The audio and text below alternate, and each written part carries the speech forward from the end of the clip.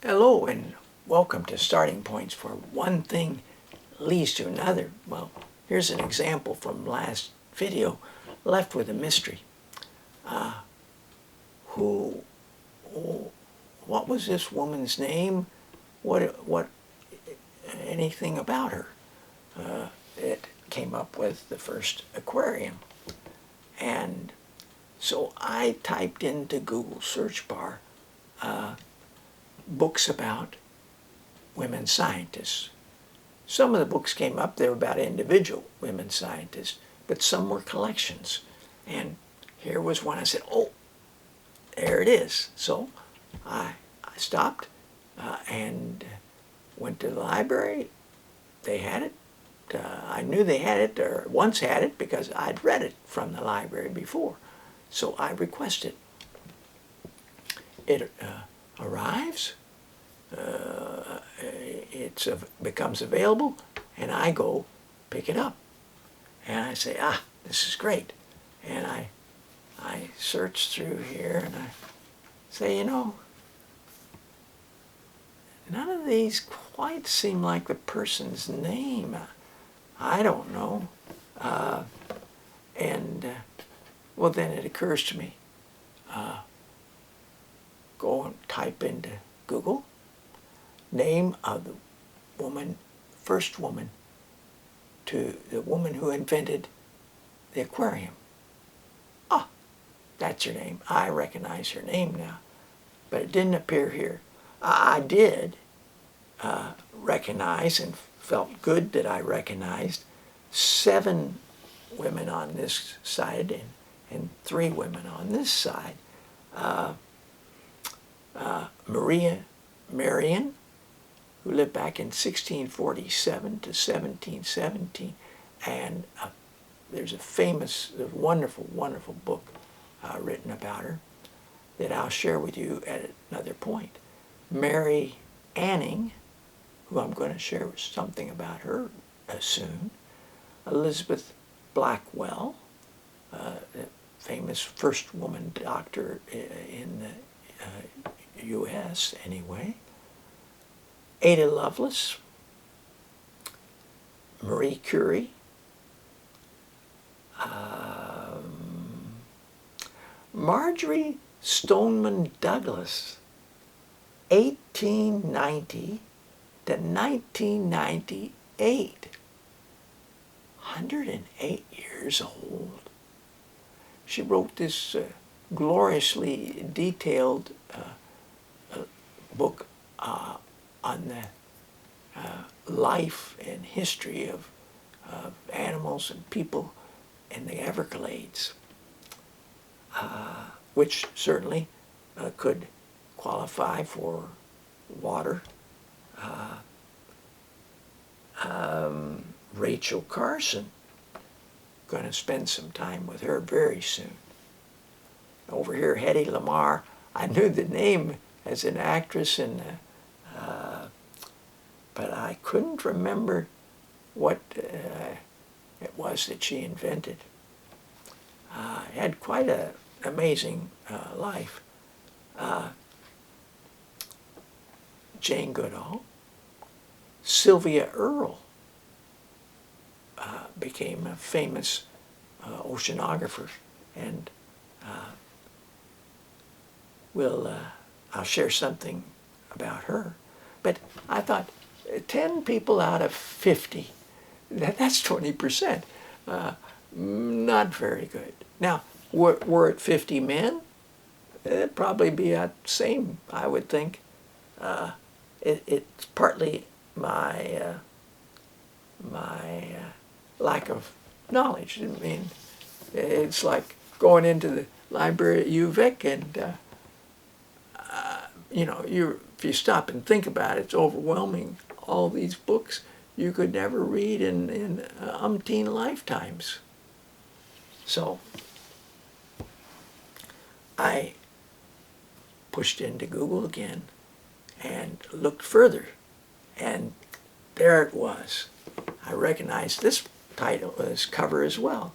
Headstrong 52 Women Who Changed Science and the World by Rachel Swaby, S-W-A-B-Y. And I thought, there it is, got to be in this book. And I had her name. I had found the name of the first, and read Wikipedia, short little bit on the woman who first, her name was Jean, and a hyphenated last name, Villa Pro dash Power. 1794 to 1871. Now, 93 was the French Revolution, so she's born in turbulent times, and her early teen years were still French Napoleonic wars, and so she grew up in a tiny village in France, and at 18 she left, and she walked, it said, all the way to Paris, where she got a job as an assistant dressmaker and made a gown that was worn by the daughter of the king of the Two Sicilies in 1816. And the upper ranks of Europe were captivated by the gown and by her, and she found herself courted not only for her clothes but also for her hand. And she married James Power. Now, James Power was a merchant, an English merchant. He was based in Messina, Sicily, and she starts her married life on that island, and she is just taken with the island. The flora and the fauna is all totally unfamiliar to her, and she didn't have to work for a living, and she just took to this new environment and started teaching herself the natural history. And she'd made a project to inventory the island's ecosystem. Imagine at that time cataloging the plants, animals, ocean life surrounding her waterfront abode. And then she began to study in detail the tiny relative of the octopus called a paper nautilus. This is Jane Yolen. She's written poems about the sea. This book is called Sea Watch. It's illustrated by Ted Lewin.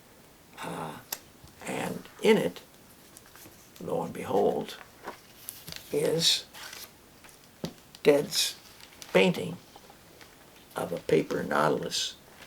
It's a cephalopod, member of the relative of the octopus, squid, and here's its shell. This is its shell, paper, thin. People didn't know at first, maybe it picked up shells from some animal or how it got its shell. Anyway, that's what she decided to devote hours of study over years. And that's where the aquarium comes in.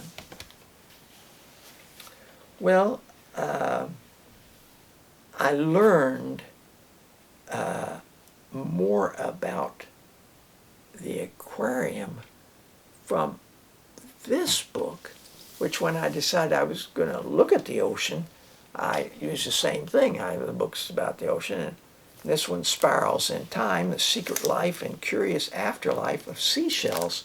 Well, I'd always been fascinated by seashells, so I checked out the book, and lo and behold, there was section that dealt with the paper nautilus and with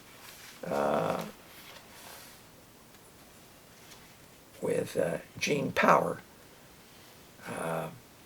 And I just,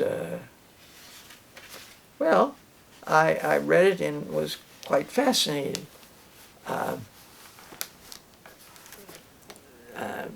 She explored that island for 20 years. She wrote a guidebook to the island's wildlife, studied caterpillars and butterflies, starfish, crabs, and even noble pen shells. Way ahead of her time, she came up with the idea of restocking overfished rivers with fish and crayfish. And it was she also tamed a pair of pine martens that lived in her house while she observed their behavior. And it was a curious marine species that tempted her to embark on a revolutionary study. Jean realized that she was in the perfect place to answer the time-worn question, do Argonauts borrow, steal, or make their shells? Jean had a ready supply of these animals from the seas around Sicily, fishermen from her time exploring and all, sometimes snagged Argonauts in their nets and gave them to her. And she also ventured out and caught them herself. All she needed was a way of keeping them alive while she observed and experimented with them. So she devised a series of new observation platforms. One was a simple box, later dubbed the power cage. 4 meters wide, that's 13 feet, 2 meters tall, 6 feet, 1 meter wide, and with a door that flipped open on the top and 2 glass observation windows so she could peer inside. On each corner was a small anchor that fixed the contraption to the seabed of the shoreline. The cave's walls were made of narrowly spaced bars that kept a fresh supply of seawater flowing through and held the Argonauts and their shells captive inside. Jean also built a glass tank in her house. It was the world's first aquarium. Her inventions let Jean observe the marine world in a way that no one had ever done before, and she settled in for months and years of patient observation and learning. Watching adult Argonauts swim around her aquarium, she saw how easily they climbed out, all the way out of their shells, and how they aren't permanently fixed inside like other mollusks with shells, including the chambered nautilus. She saw how the Argonaut held on to the shells with their suckered arms and noted that they never abandoned their shells altogether. Well, she wrote papers. She wrote letters. She made contacts with people in France, people in England, and later Jean and James decided to move to London and then to Paris. They traveled overland. Meanwhile, Jean arranged for the bulk of her papers and research equipment to be put on afterwards, to be sent on afterwards by sea. Everything was packed up and loaded onto a sailing ship bound for London. A short way into the voyage, off the French coast, disaster struck. The ship sailed into a storm and sank, sending Jean's treasured collections into the ocean depths. Jean's findings live on in pages of letters she wrote to Richard Owen at London's Natural History Museum, and in the various papers and studies presented at scientific journals. However, her legacy as an early female scientist has faded, and she's little remembered for her achievements.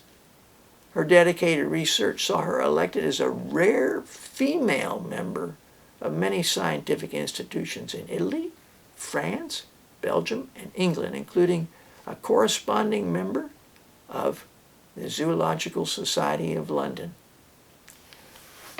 Well, I got some answers, and quite amazing, to have things happen like the loss of that work and carry on. Inspiring woman.